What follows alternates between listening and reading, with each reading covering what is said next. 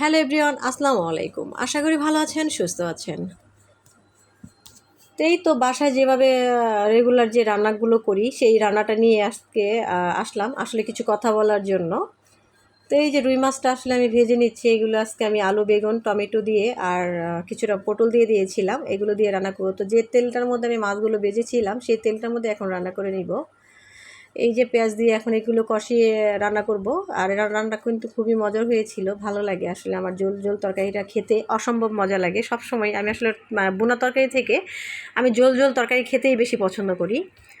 তা আসলে কিছু কথাগুলো নিয়ে আসার জন্য এই ভিডিওটা করানো। একটা কথা কি জানেন, আসলে আমার মন মানসিকতা যেরকম, একটা মানুষের জন্য আমার কথাবার্তা সেরকমই বের হবে।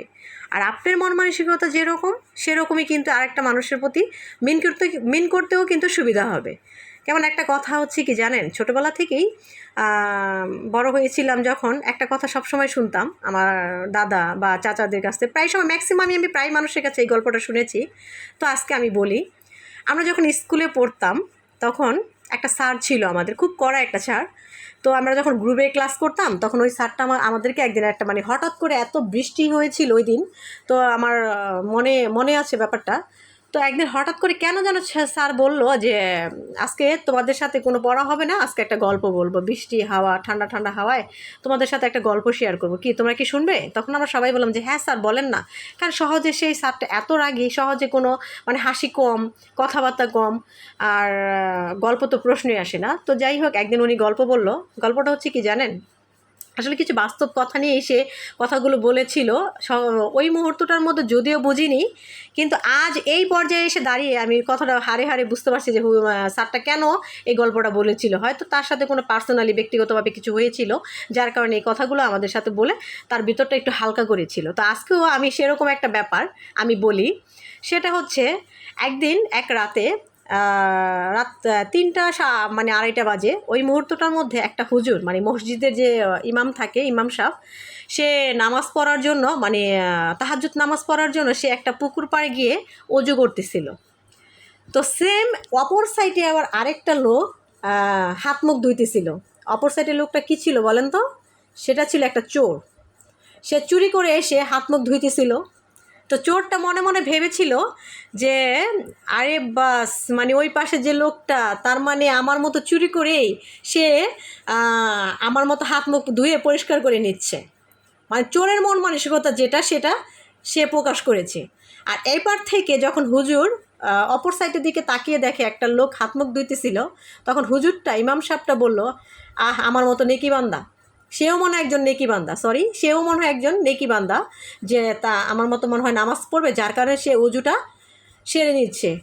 তো ইমাম সাহেবের যে মন মানসিকতা, তার কিন্তু সেই অনুযায়ী তার কথার ভিতর থেকে সেই কথাটাই বের হয়েছে। আর ওই যে চোরের যে মন মানসিকতাটা, সেই কিন্তু তার মন থেকে কিন্তু তার মতো করেই কথা বের হয়েছে।